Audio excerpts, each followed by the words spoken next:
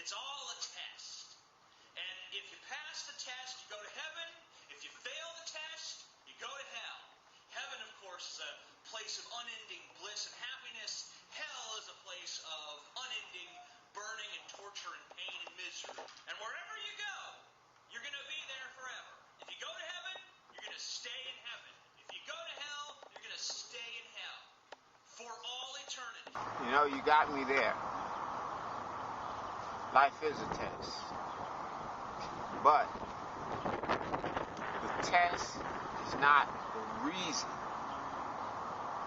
or is not our purpose for existing. That makes no sense to me. It's like you go to school to take a test. No, you go to school to learn. And you go to school to learn so you can do what? Enjoy life.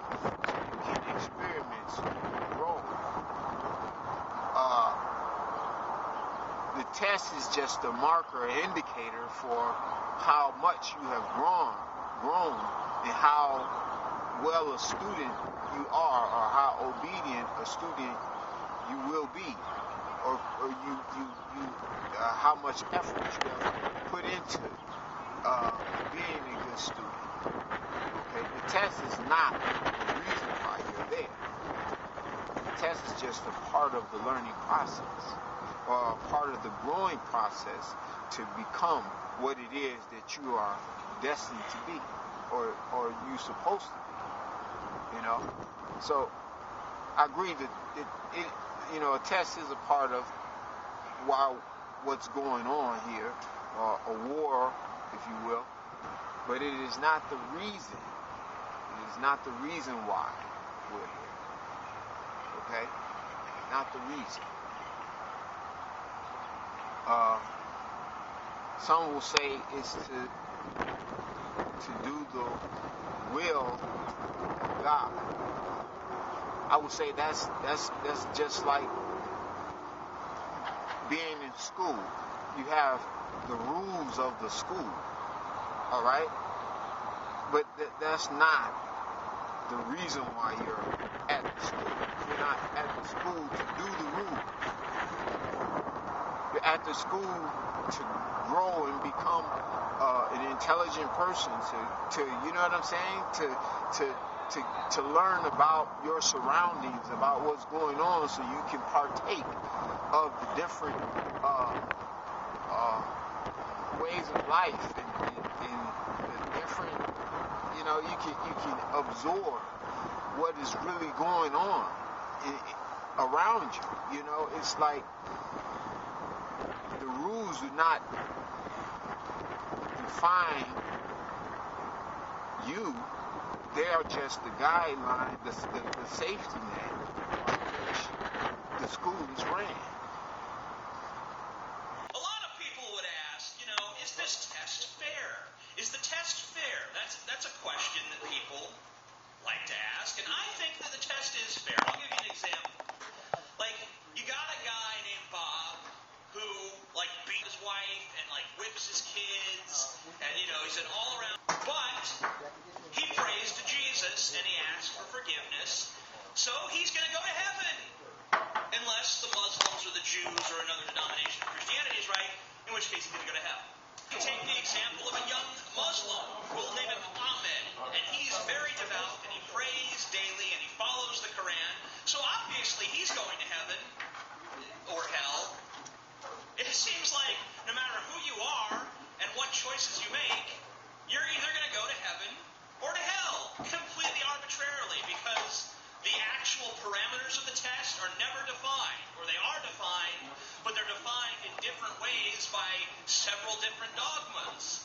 So, congratulations on your awesome test, God.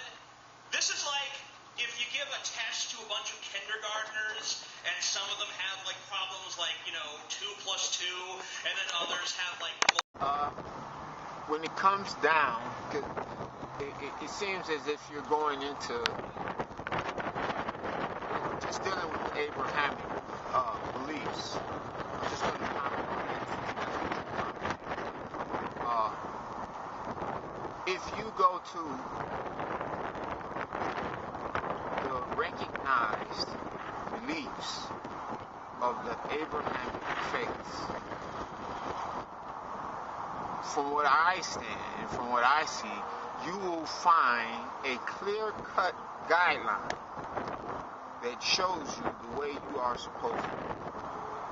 Hands down. And you say, well, why are there so many people going this? Why are there so many? It's because they're not going according to that guideline. They're not following what the book says. That's the reason why there's so many different ones. You know, what am I saying? Am I saying all those people are going to hell or heaven? No, I mean it's based upon, like I said, the battle is for the mind. It's based upon where you are, or for the heart. It's based upon where you are in your learning process. Okay? It's based upon what you have been privileged to do and what you have not been privileged to do. And you went on to mention about the kindergarten class who's given 2 plus 2 and another one's given, the revolution or something, another. Everybody receives an equal test. In other words, if you're not on the same level as, let's say, the Dalai Lama, then your test will be the same as the Dalai Lama's, but on your level. He's not going to give you a Dalai Lama level test when you're not there. He'll give you a test that's on your level, but it's going to be as if it's going to be on the equivalent plane as the same test he gives to the Dalai Lama on his level. I mean, come on.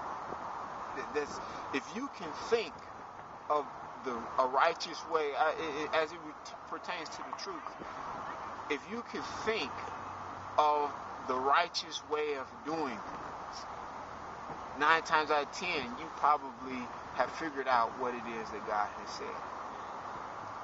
If you can just logically figure out or calculate what will be the most righteous way to do something, you could probably figure out, according to the Bible, what God has planned to do. But if you can't, then that's why the book is there, to figure it out, so you can understand how it all plays out. What's the most logical way for God in his situation to deal with the sin issue or the problems of mankind? Double. And if God creates all of us and he ultimately knows our destiny anyway because he is an all-knowing being, then why would he even bother with the test? Couldn't he just create souls and then look at them on an individual level and say, oh, this one will pass, and just let them right into heaven? Why even create souls that you know are going to fail the test to begin with? I mean, if you know the future and you completely control the present, why even make souls just to damn them to all eternity if you already know that's going to be the outcome? Another problem with the test is we're not all created equal. People have different intelligence levels. They have different economic backgrounds. They have different upbringings. They have different health problems. And most of all, they have different lifespans. It just goes to show you exactly what I'm trying to say. Because it makes no sense. But I'm going to give you I'll give you something else to stand on. It says the book of life. Why is there a book if he already knows?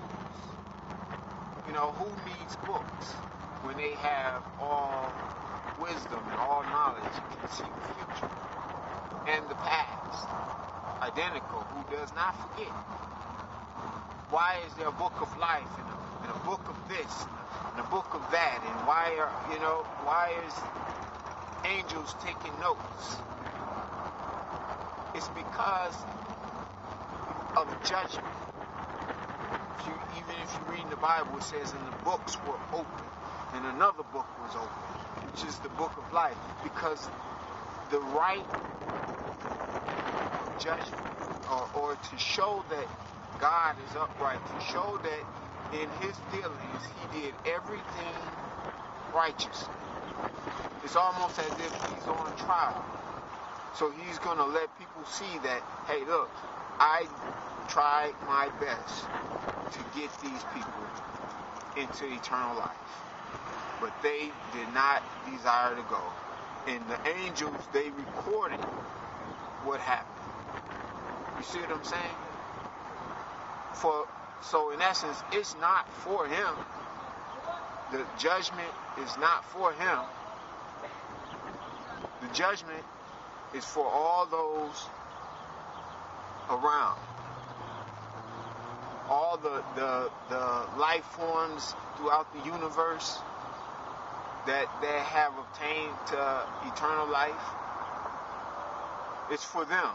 As far as us in the test goes, we are going through this test because we exist as Adam's descendants. Okay? There was an allotted time set for Lucifer to display who he was and the true evil that he exists, that he is. And after that, then he will be stopped, and eternity will continue on with those who did not fall for his evil plan or his devices. And that's how we got into the picture. Had we not failed, then had we not adhered to his lies, then we would not have been going through this. But the judgment day, I know the Quran say, the creator of the day of judgment. Why? Why did he create the day of judgment? For him? No. It's for all the angels and the entities throughout the universe, so they can see his judgment, that he is just, that he is a just God. That, see, he does not have to. He can play the God card night and day. But he says, come and let us reason together. He says to people, even, especially the atheists, he says, I am wiser. That's what he says. He said, come and see whether or not you are wiser than me. Let's talk about it. This is his method of trying to gain your confidence. This is the way he goes about doing it. If heaven is full of people, that doesn't sound much like heaven to me. And also, if my cognition is going to survive my death, then how can I have eternal bliss? Because I'm not prone to eternal bliss. If you add eternal bliss to the paradigm of TJ, it's no longer TJ. It's someone else. It's some other person that really has nothing to do with me that's experiencing eternal bliss or eternal suffering for that matter. I hear you. I hear you on this one, because, I kind of thought the same way when I was thinking about what I was going to do for eternity. Then I thought about it, according to the way it's taught, or the way it's read, the way it's said, or the way it's written, I have a guardian angel. I maybe have 2 or 3, I don't know. But I always thought, that'd be cool to talk to him, I could spend a couple thousand years talking to him. Then, I could be nosy and try to figure out what the Lord's up to for a couple more thousand years. And personally, I'm not going to say I don't like people, but I will say I like my kind of people. There's certain people that I can spend a long time with. Just have fun. And according according to what it says now, I'm just going off what what it says. It says that we will be the rulers of the universe, or that we will have dominion over everything in the universe. So I was thinking, I might just go somewhere and build a house out of marble or jasper or diamonds or something. I go to a little village, a little planet where there's some people that looks like the Smurfs and stuff, and just build me a big house that looks like this right here. You know what I'm saying? Out of some jewel or something. And I just kick it there with the, the Smurf people. And that'd be like my vacation home. I don't know. I'm of the thought that I could think of something to do after I analyzed it, and I recognized that I could think of something to do. I could think of places to go with the universe at my disposal, with the universe in the palm of my hands, pertaining to travel and investigating. I could study stars forever. I could study the way they rotate, what they're made out of. I could do whatever. I could just have a blast. I become the greatest, one of the greatest for a little while, for a couple thousand years. I know the most of this, I know the most of that. And then somebody will pass me up, and then I'll just talk to them about what they thought about. I'm sure you can find something to do. Hands down.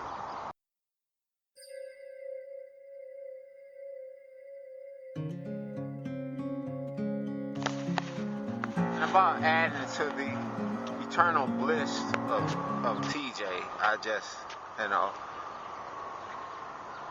they say we only use 10% of our brain.